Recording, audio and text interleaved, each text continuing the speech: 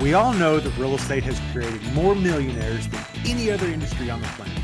We also know that it has created a lot of heartache due to mismanagement, overborrowing, and just simple life events that happen to all of us.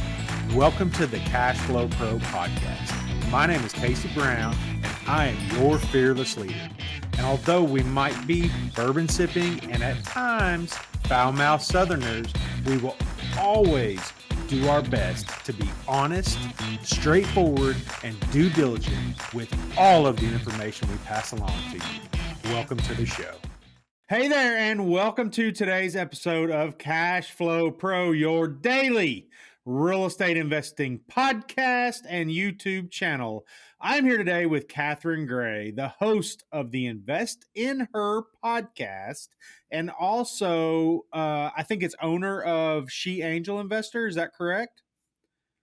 Awesome. Yes, Well, that's well, correct. Catherine, we're so glad you're here. Just a little precursor. If you're a listener out there and you're not aware of my stance on women in business, I just got done discussing this with Catherine prior to the show. I am a huge proponent, as the father of two daughters, to basically never, ever, ever, ever, ever hear them say, I can't do that. That is something boys can do, or I can't do that because I'm a girl. I'm a huge proponent of them being conditioned and them to have an understanding that whatever boys can do, as the old saying goes, girls can do. I added equally or better to that saying, and that's just kind of my stance on it. I know, as your average white male with blue eyes and no hair, used to be blonde hair, no hair, that is a weird stance for some folks, but that is my stance, and I stand by it, and I'll always stand by it. Girls can do things, anything boys can do, and so, Catherine, I'd like to welcome you to the show, and I'd like for you to kind of kick us off with a little bit about yourself, where you come from, and then, of course, getting into how you all specialize in connecting, specifically, I think, females in the business world in general, and maybe the financial world as well. Sure. Well, thank you so much for the introduction, Casey.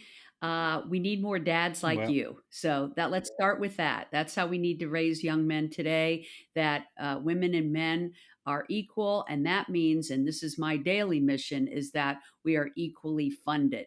And as your listeners may or may not know, women get less than 2% of venture capital funding. That means 98% go to men.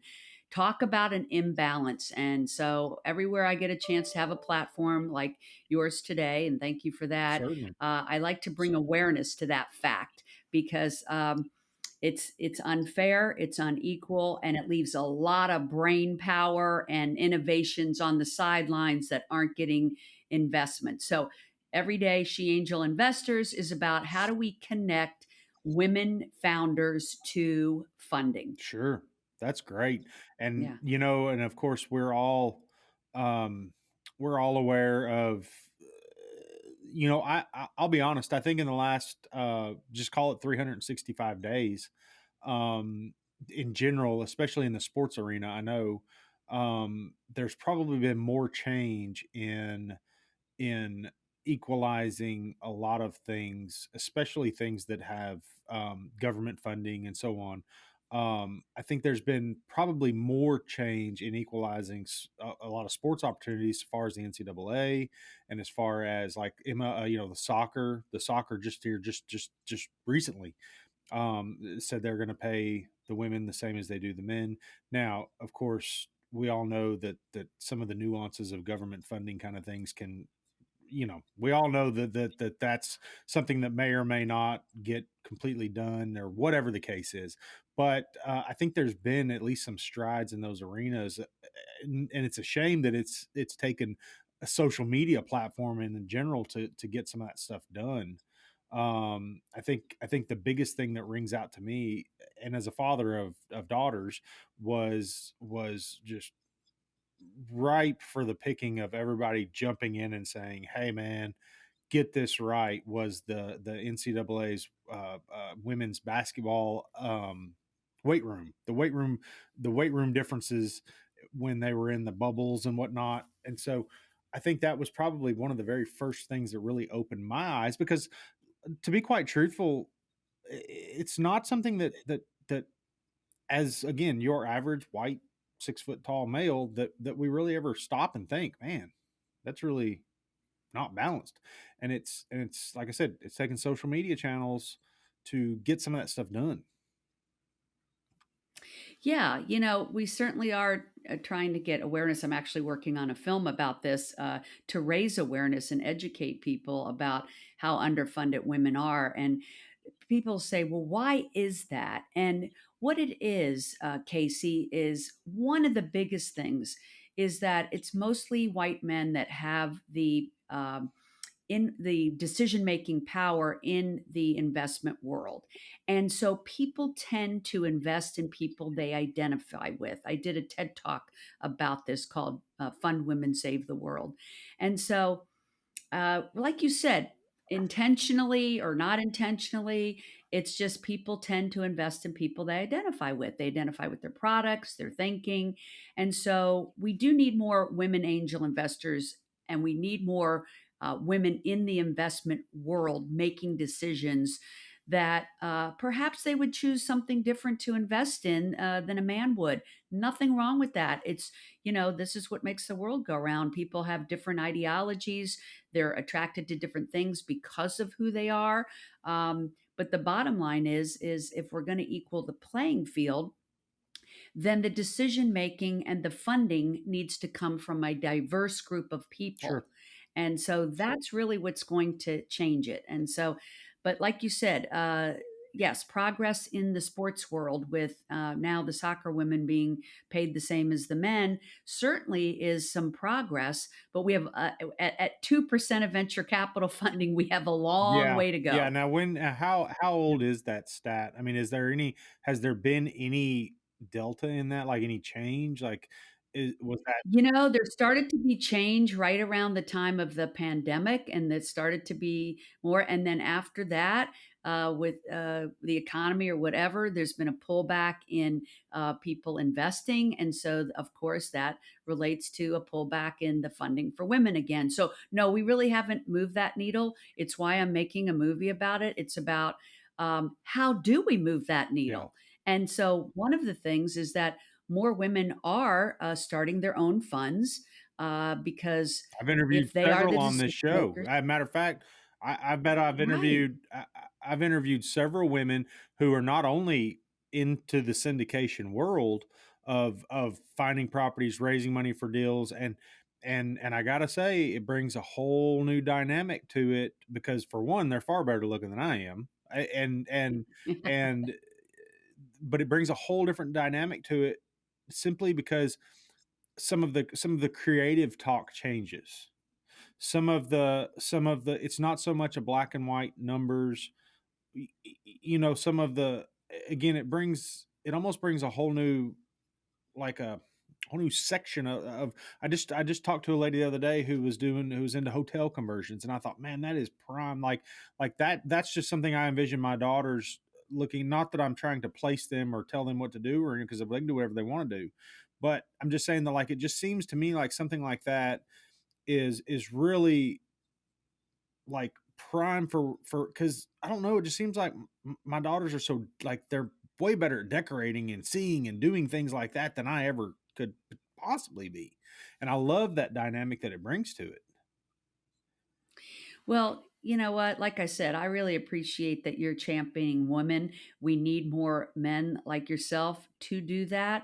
And what that looks like is, uh, besides telling your daughters they can do anything, we need more funding to fund all the innovations. And so we do need men to get behind us in the funding arena. Sure. And if they don't, they're actually missing out on really great opportunities to invest in some really smart women with some innovations. And more women, as they're getting funding, are becoming unicorns. Yeah. And so men are starting to realize, oh, well, if I don't invest in these women, I'm going to miss out on a great Yeah. investment. And Massive. so we're trying to raise awareness of that. Yeah, that's wonderful, and and I guess when I start to kind of niche down and think about different ideas, that's when I get in the weeds too far with what I hope happens. But so with that being said, there's always been in the world of men in business, you're generally one of I think let me ask you about this hurdle, I guess is where I'm going to go with this. The hurdle of men in business are generally conservative. uh we not myself wear ties and everything is straightforward, and it seems like when you start looking at the political side of this, like automatically a man who jumps in and says, "Hey, women can do this," could get labeled as like, "Hey, I'm a liberal weirdo who wants this, that, or the other." And so I feel like there's somewhat of a fence there where the men don't want to be perceived by the other men as this outlier on political belief or something like that. And I know that maybe that's complicated, but to me, that seems like the biggest wall almost to You know what? break I out. think the more men like yourself are speaking up saying, "Hey, I want equality for my daughters. They're just as smart and capable as my sons." More people will respect that and say, "You know what? I was really feeling that way too. I'm glad Casey said that so that it gives me the ability to also voice that I feel that Yeah. way." And so the more men that really speak up like you're doing today really breaks down those walls and those barriers and those stereotypes. So I really applaud you for talking about this on your show Well, today. and it's general. It almost rings to the for many years, mental health was has been like a taboo or something that everybody was like, "Well, I don't want to talk to that weirdo. He takes medicine," and it's like and once those barriers towards that started kind of being broken down, say, "Hey, man, this mental health stuff's is a real thing. Like bipolar disorder is a real thing. It's not something that somebody chose. It's just as serious as diabetes. It's just as serious as anything. But it's the same type of barriers where people are like, you know, it's almost like now all of a sudden the water gets level because now everybody's like, oh, hey, yeah, these people that were living under these rocks and nobody really wants to step out and say, hey, that's not right. That's not right. I don't care what political party you're associated with. I don't care what part of whatever gun drama you're on the side of. That's not right. My daughters should have equal opportunity just like my sons. Period. End Yeah. of story.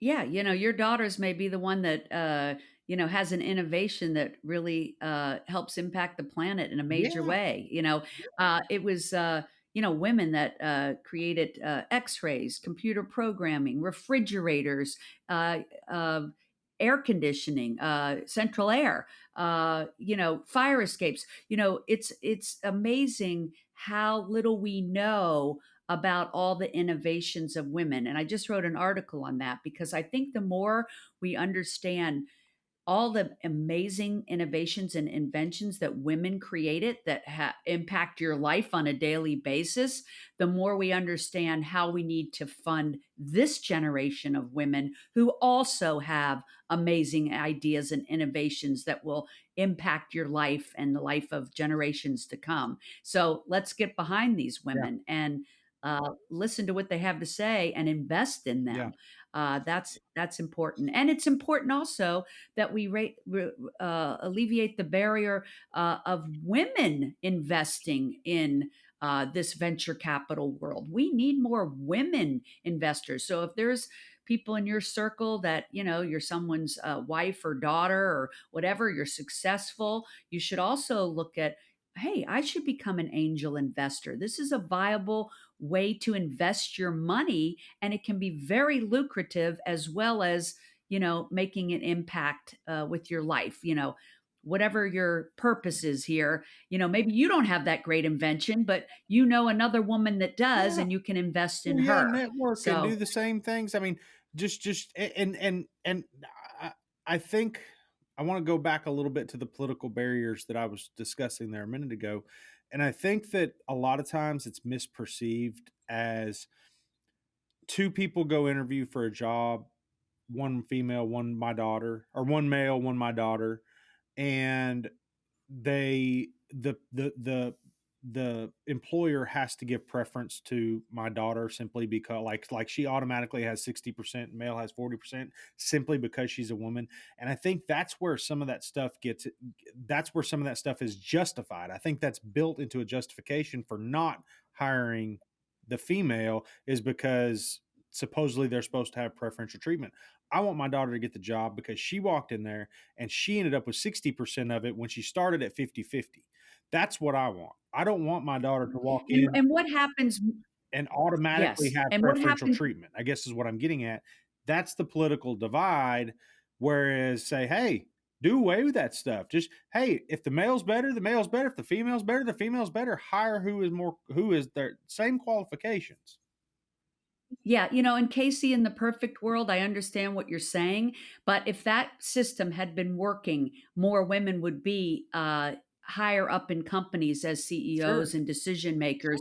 If you just said the best person for the job should be put in those positions, the reason that they put those type of qualifications in place where they say, you have to hire a certain amount of women, is or people of color or whatever it is because it has historically been that the woman who's doing an exceptional job gets does not get picked over the man just because he's a man, even though he's not as good at the job as she Sure. is.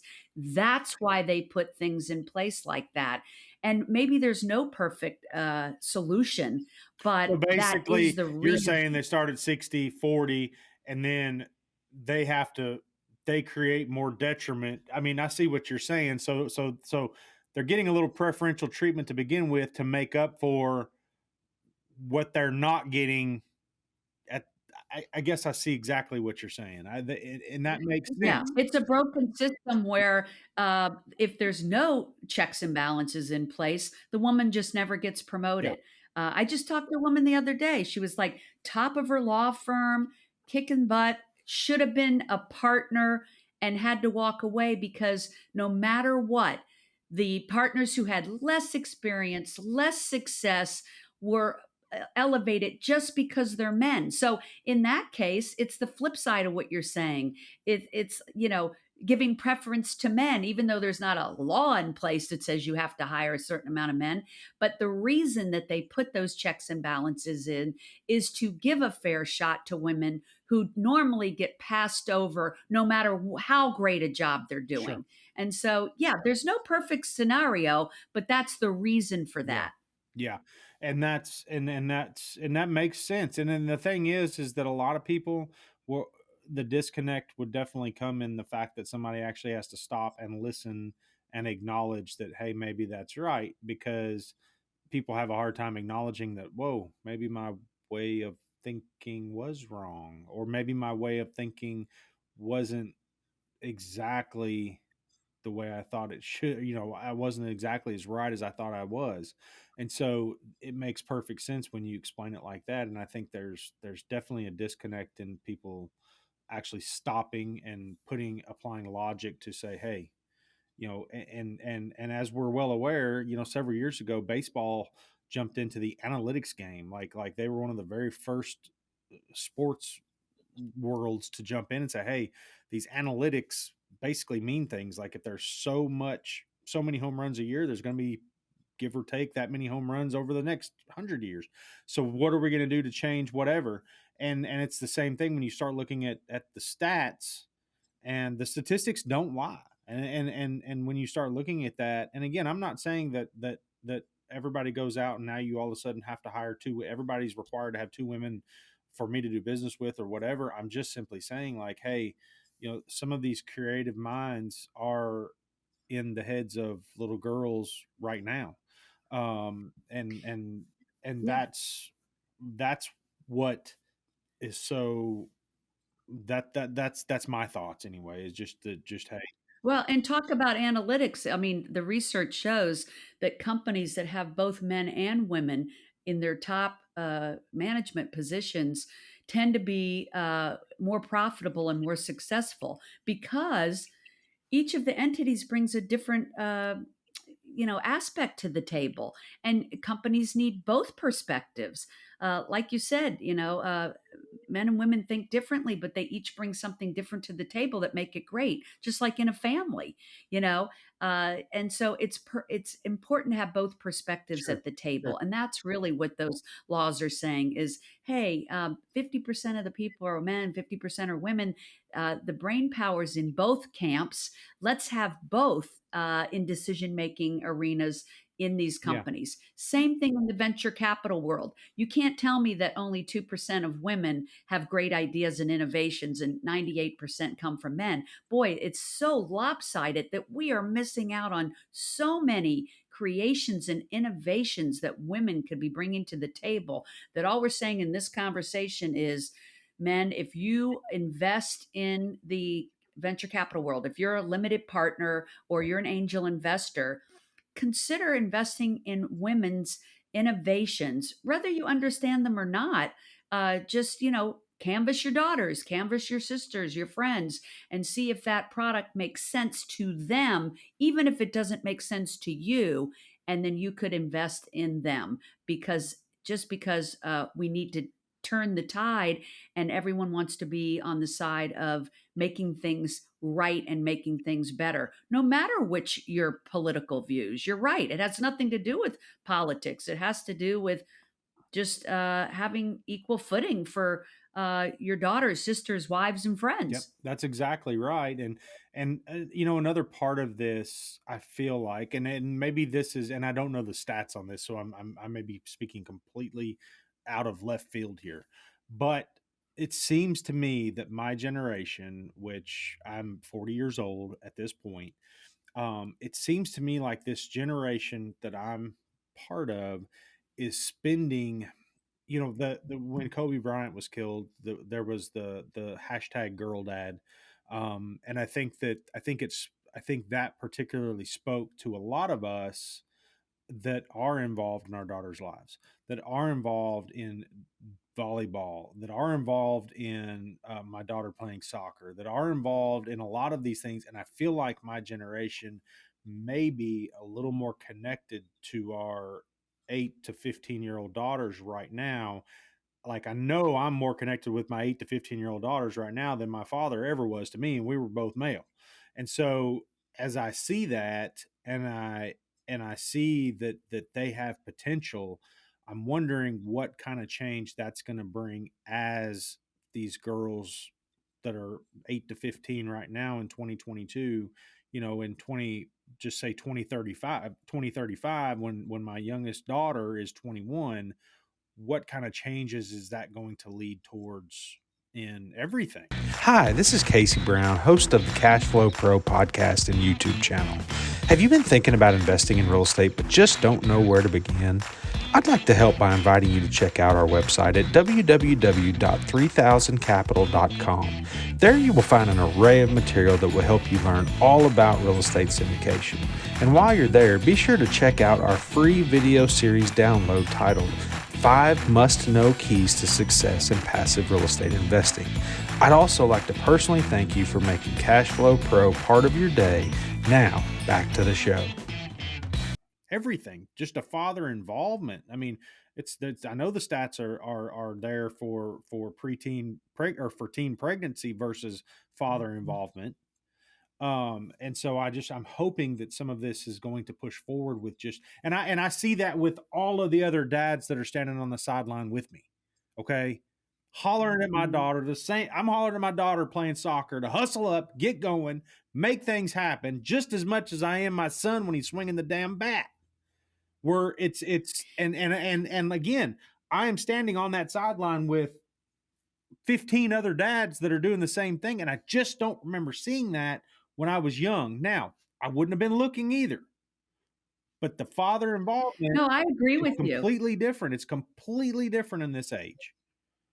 I agree with you.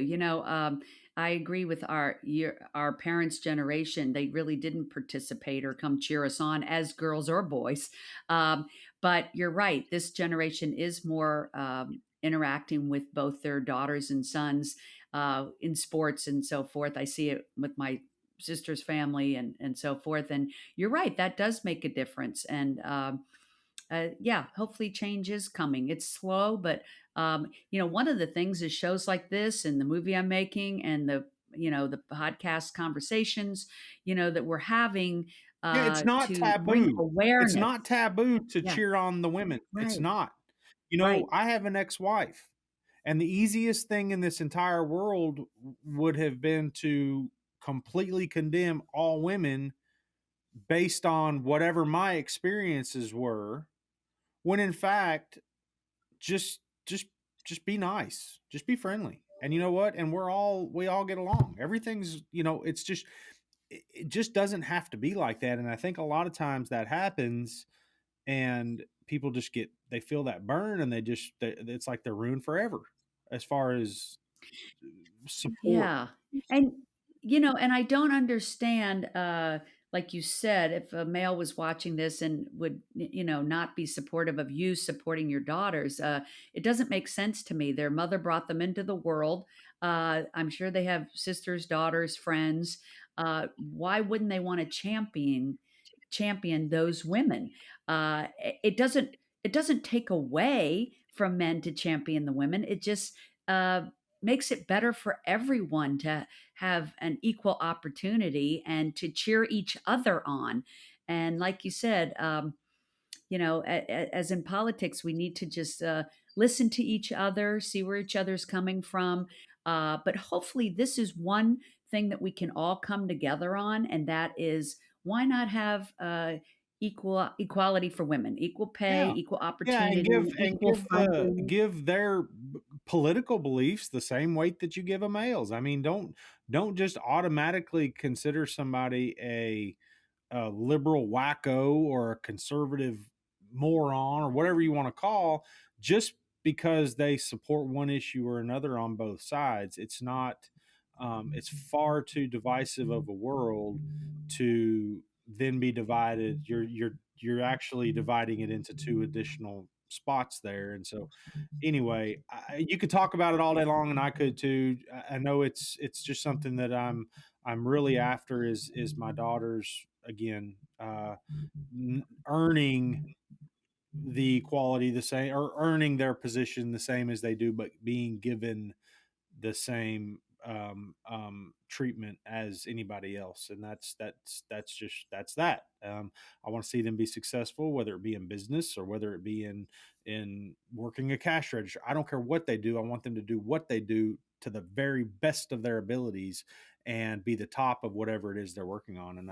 And either way, I guess we'll see how that plays out. So And to be able to do whatever it is that their heart makes their heart sing. Like, if they wanna be a airplane pilot or absolutely. they wanna be a scientist, this is not exclusive to men. This is something that any woman has that capability of doing and should know that, that we're all put on this planet to live our purpose. Yep. Figure out what makes your heart sing and know that that is available to you as a woman as well. So Absolutely. I appreciate the conversation and so happy that Well, you're most championing your daughters. Yeah, and that's again, yeah, and anybody that follows, I guess at least from this point forward, I'm not sure I have a lot of time to talk about my kids on the show, but most certainly, I wish everybody, and especially fathers out there, to really push your daughters to again not go in and deserve something purely because of their sex, but to go in and earn it the same as the rest of us, but from the people looking back down to say, hey, listen, we're going to this is going to be fair. you're better at sales. And and that's the other thing. A lot of women are like as far as sales goes, I feel like if women were given a greater opportunity in sales jobs alone, I mean, my gosh, I've seen so many female salesmen that I'm just like, wow, where, do you want a job? Are you ready to come work here? Because that's just what the world needs. But anyhow, so again, we could talk about it all day long, but as we're running out of time, I have a few different questions. I know we didn't get to a lot of capital raising. We didn't get a lot to investments and stuff like that, which I guess typically sometimes we stir around in this show, but I feel like we tackled a much more important topic that maybe at some point we can dive deeper into, or whatever the case is as far as you and I are concerned. But a few questions that we ask every guest that comes on the show. It doesn't have to relate to this topic. It doesn't have to relate to business. But what is the best book that you have recently read or are currently reading? I would say I'm just reading Melinda Gates' Oh book. wow. Okay. Yeah. Uh, so that's the one I'm currently in the middle of. It's sitting over here on my desk, and I'm a big follower of Brene Brown, Brendan Bouchard. I really like to read books about different thought Yeah. leaders that help me think differently. Different angles. Yeah, Different angles is brilliant. I mean, yeah. just yeah. Anything that we were just talking. I was just talking with a lady on the show the other day about getting out of your comfort zone. Out of your comfort zone is where things happen. It makes you think differently and it exercises your mind. So, what is a your dream vacation that you have either taken or hope to take? Oh, wow. I was just talking to someone about that today. I think one of my favorite vacations was Alaska. Ah, Um, so happy to get to see that while it's still yes. there. And it was just breathtaking, taking a helicopter over the ice caps, landing on it, going dog sledding. It Oh was man. absolutely magical. To this day, I will never forget it, even though it was a decade ago. Awesome, man. That's great. And I'm always, a lot of people don't realize what the gym that we have up there is. Seward's Oh, Folly is what it was called when it was bought by the United States, and they couldn't believe he had done it. And it absolutely turned out it's such a gym. I've never been there. I hope to go someday. But that's great. So, all right. Well, Kath, you got to put that on your bucket list. it is actually already currently there. I've heard people take Alaskan cruises, and there's not a bone in my body that's ever going to get on another cruise ship as long as I live. So I'm gonna have to find a different way. But Absolutely. yes, it is definitely there. So, well, Catherine, listen. If the listeners heard something they resonated with, or if there's maybe some assistance they need to get from you, or would like to reach out to you to get opinions or ideas or thoughts, how can they do that? Sure, they could visit sheangelinvestors.com. That's angel singular and investors Okay. plural.